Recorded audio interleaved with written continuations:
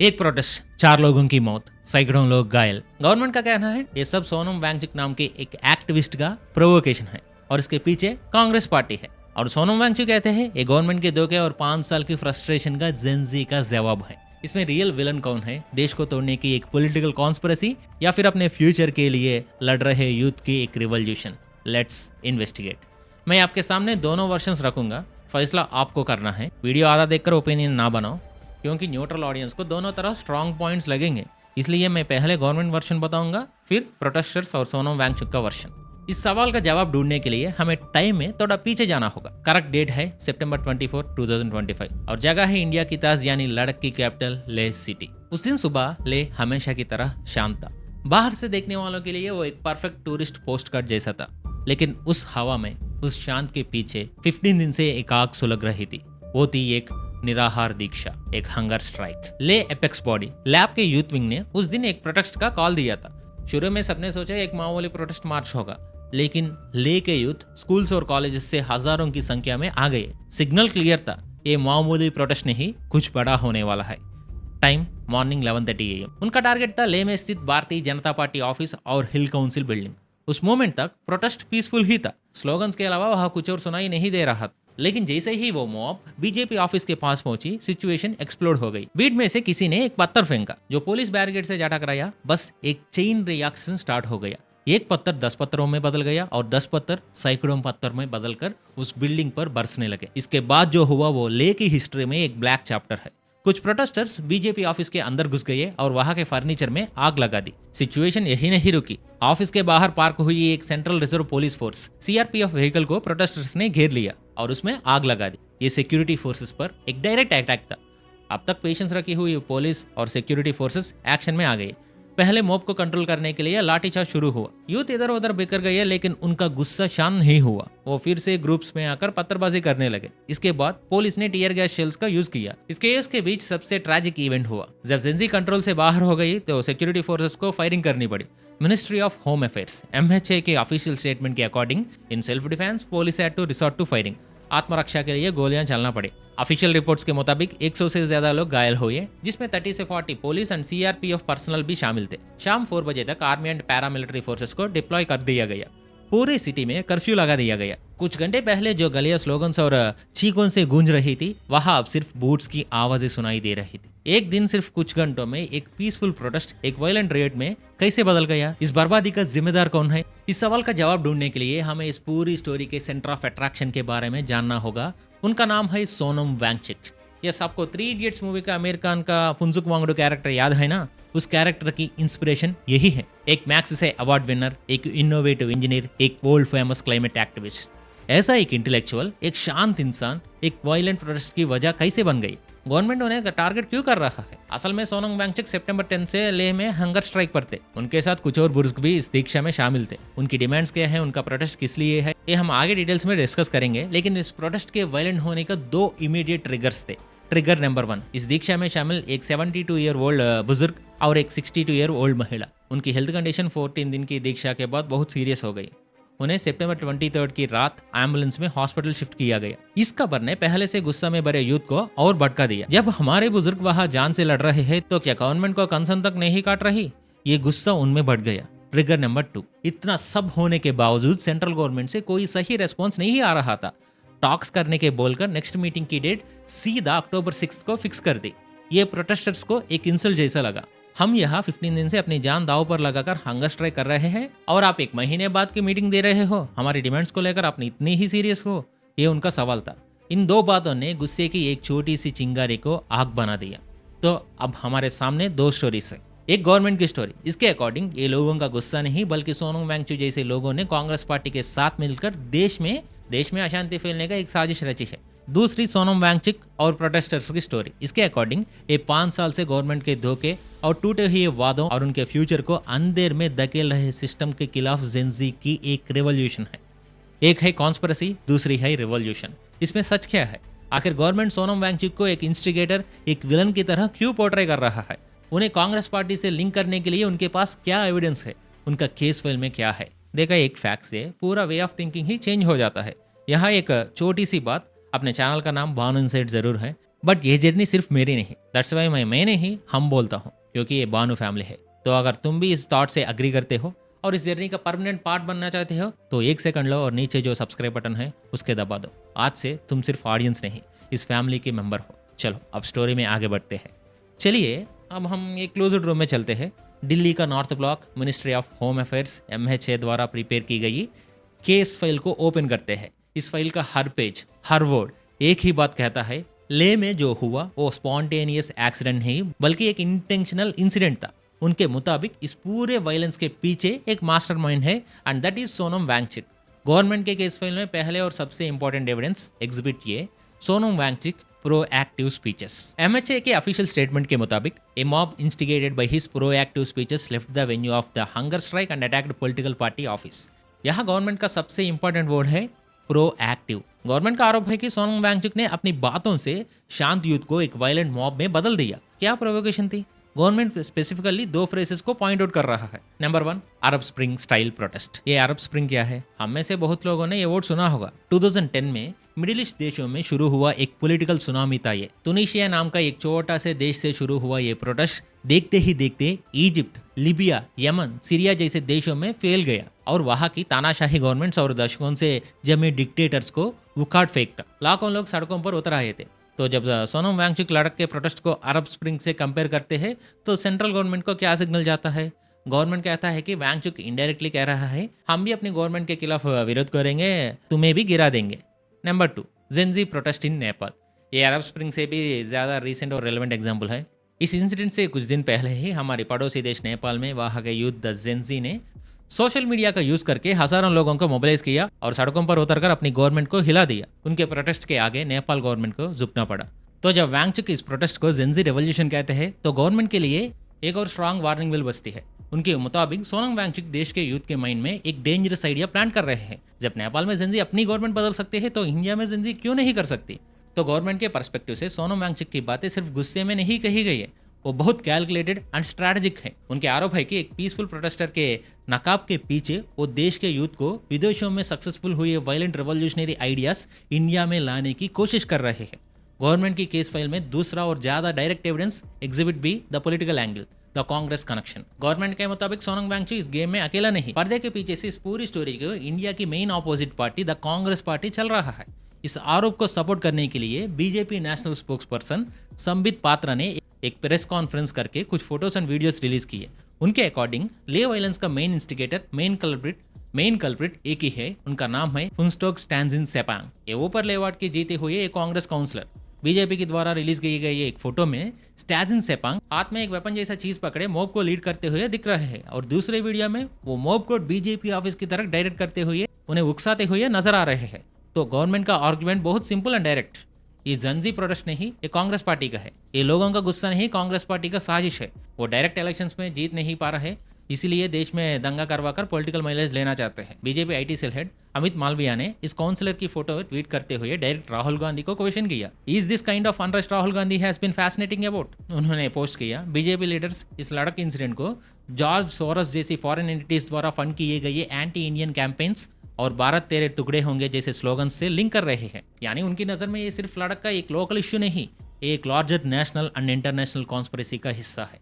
इस conspiracy theory को लड़क के लेफ्टिनेंट गवर्नमेंट कविंदर गुप्ता की बातों से भी बल मिलती थी। उन्होंने कहा, पिछले 2 दिनों से जिस तरह सिचुएशन को नेपाल और बांग्लादेश से कंपेयर कर लोगों को भटकाया जा रहा है, उसे लगता है कि इसके पीछे कोई साजिश है। ओके, मान लेता है एक पॉलिटिकल कॉन्स्पिरेसी, लेकिन प्रोटेस्टर्स को गवर्नमेंट से इतना गुस्सा क्यों?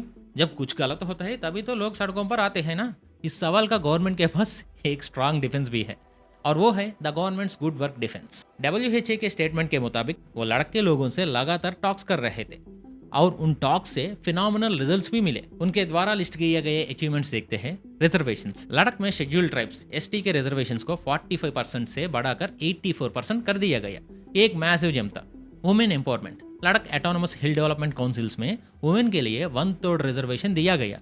लैंग्वेज रिकॉग्निशन, वहां की लोकल लैंग्वेजेस भोटी और पुर्की को ऑफिशियल लैंग्वेजेस को दर्जा दे दिया गया। जॉब्स, सबसे इंपॉर्टेंट 1800 गवर्नमेंट पोस्ट के लिए रिक्रूटमेंट प्रोसेस भी कमेंस यानी स्टार्ट कर दी गई है। तो गवर्नमेंट का सिंपल सवाल यह है, हम आपके रिजर्वेशंस बढ़ाए, आपके वुमेन को पावर दी, आपके लैंग्वेजेस को पहचान दी और आपको जॉब्स देने की प्रोसेस स्टार्ट किया, जब इतना प्रोग्रेस हो रहा है, टॉक्स पीसफुली कंटिन्यू हो रही है, तो आपको क्या चाहिए? ये वायलेंस क्यों? इसका कंक्लूजन भी वो खुद दे रहे हैं। लद्दाख में सिचुएशन का इंप्रूव होना, गवर्नमेंट पर लोगों को विश्वास बढ़ना, सोनम वांगचुक जैसे एक्टिविस्ट और कांग्रेस जैसी पॉलिटिकल पार्टीज को पसंद नहीं आ रहा, इसीलिए एक पीसफुल डायलॉग प्रोसेस को खराब करने के लिए उन्होंने जानबूझकर ये वायलेंस क्रिएट की। ये है गवर्नमेंट का final argument. So the government case is closed. उनके मुताबिक ये अपनी जमीन, अपने फ्यूचर के लिए मासूम लोगों का संघर्ष नहीं है, ये पावर देश में अशांति फैलाने के लिए पॉलिटिकल पार्टीज द्वारा खेला गया एक डर्टी गेम। ये स्टोरी सुनने के बाद किसी को भी प्रोटेस्टर्स और सोनम वांगचुक पर गुस्सा या शक होना नेचुरल है। गवर्नमेंट जो एविडेंस दिख रहा है, जो लॉजिक दे रहा है, वो उतना ही कन्विंसिंग है। तो क्या इस गेम में सोनम वांगचुक सिर्फ एक पॉन है या फिर एक किंग मेकर? गवर्नमेंट की स्टोरी में कितना सच है? अगर ये सब सच है तो हजारों यूथ अपनी जान दांव पर लगकर एक पॉलिटिकल पार्टी कहने पर सड़कों पर क्यों उतरेंगे? क्या उनके अपने थॉट्स, अपनी फ्रस्ट्रेशन नहीं है? आखिर प्रोटेस्टर्स के साइड ऑफ द स्टोरी क्या? हर सिक्के का एक दूसरा पहलू होता है ना। हर स्टोरी में एक डिफरेंट पर्सपेक्टिव भी होता है। अब हमें दिल्ली के क्लोज्ड एसी रूम से बाहर निकलकर सी लेवल पे 11,000 फीट ऊपर लद्दाख की ठंडी कतरूम रियलिटी में कदम रखते हैं। हमने पहले गवर्नमेंट वर्जन सुना, अब पीपल वर्जन सुनते हैं। आखिर वहाँ के लोग, वहाँ के यूथ क्या कह रहे हैं, उनका मैनिफेस्टो क्या है? इसको समझने के लिए हमें टाइम मशीन में बैठकर टीक 2019 अगस्त 5 पर जाना होगा। उस दिन सेंट्रल गवर्नमेंट ने आर्टिकल 370 को हटाकर जम्मू एंड कश्मीर स्टेट को 2 यूनियन टेरिटरीज में बांट दिया, एक जम्मू कश्मीर, दूसरा लद्दाख। उस दिन लद्दाख के लोगों का खुशी का ठिकाना नहीं था। लेह की सड़कों पर उन्होंने डांस किया, मिठाई बांटी, क्योंकि ये उनका 70 साल पुराना सपना था। दशकों से वो JNK पॉलिटिक्स से डोमिनेशन, अपनी यूनिक आइडेंटिटी, कल्चर और एस्पिरेशंस को नज़रअंदाज किए जाने के लिए और एस्पिरेशंस को नज़रअंदाज किए जाने के खिलाफ लड़ रहे थे। एक सेपरेट यूनियन टेरिटरी का स्टेटस उन्हें एक नई उम्मीद दे दिया।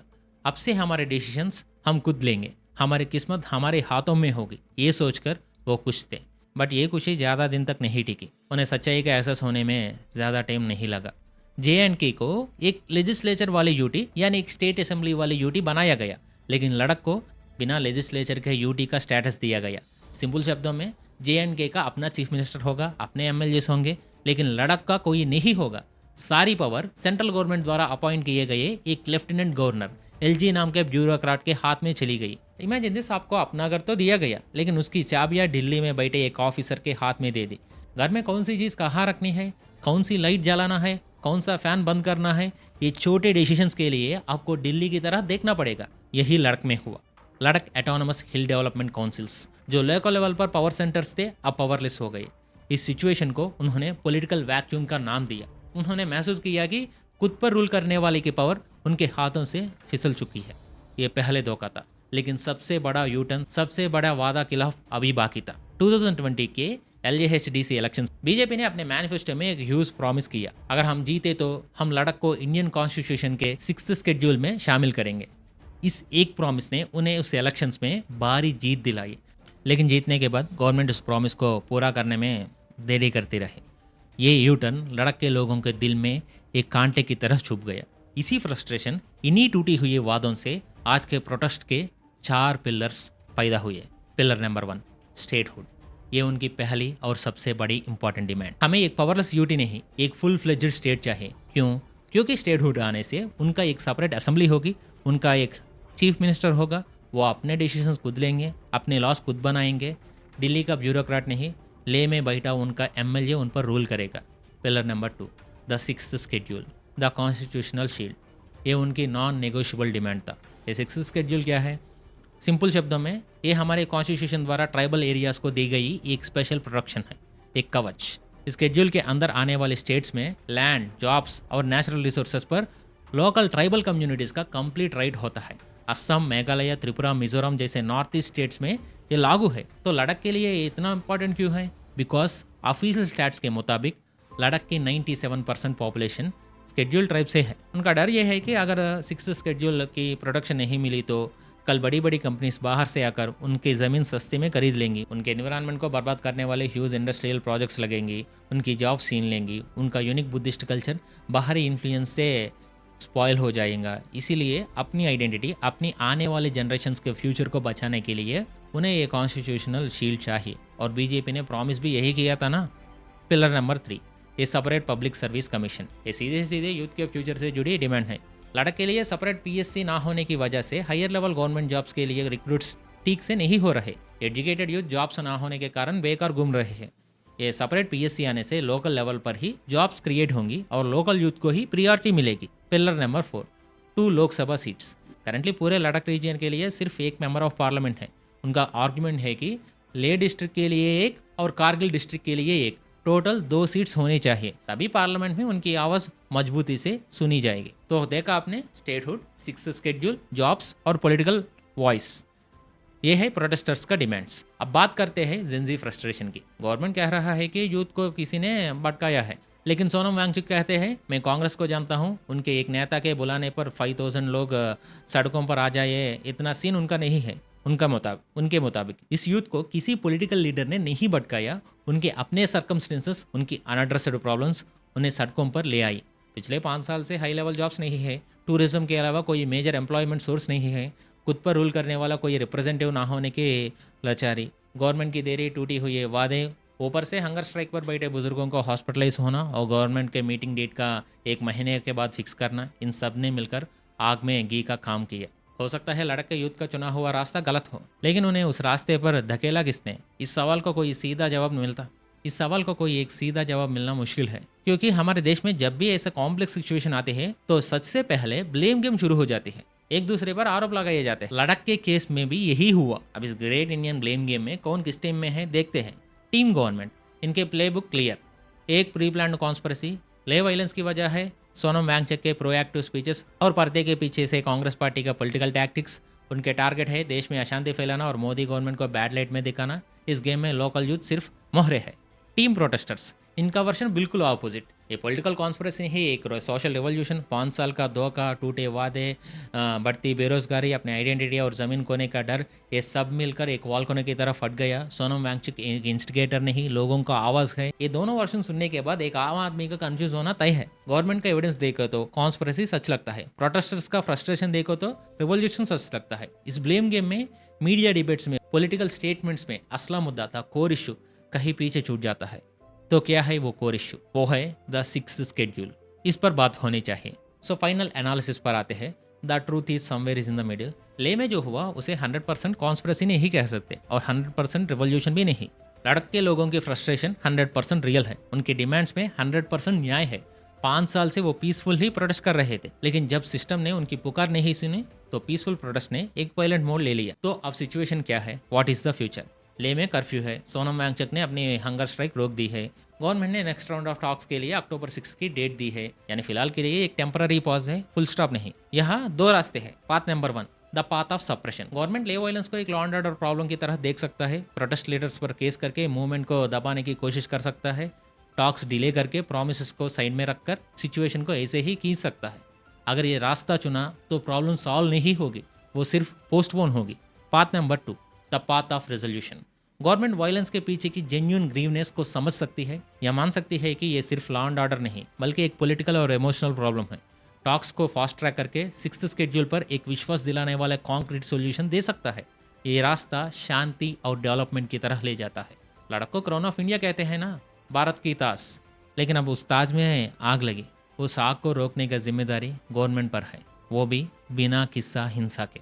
इस पूरे इश्यू पर आप क्या सोचते हैं? आपका ओपिनियन कमेंट्स में ज़रूर बताइए। आई होप इस वीडियो तुम्हें थोड़ी नॉलेज मिली होगी। अब तुम भी मुझे थोड़ा सपोर्ट दो। तुम्हारा एक लाइक मुझे बहुत एनर्जी देता है, तुम्हारा किया हुआ एक शेयर अपनी फैमिली को ग्रो करेगा और तुम्हारा प्रेस किया हुआ सब्सक्राइब बटन अपने बॉन्ड को और स्ट्रांग बनाएगा। इस बीच तुम्हारा नेक्स्ट वीडियो स्क्रीन पर रेडी है। And thanks for watching this video till and.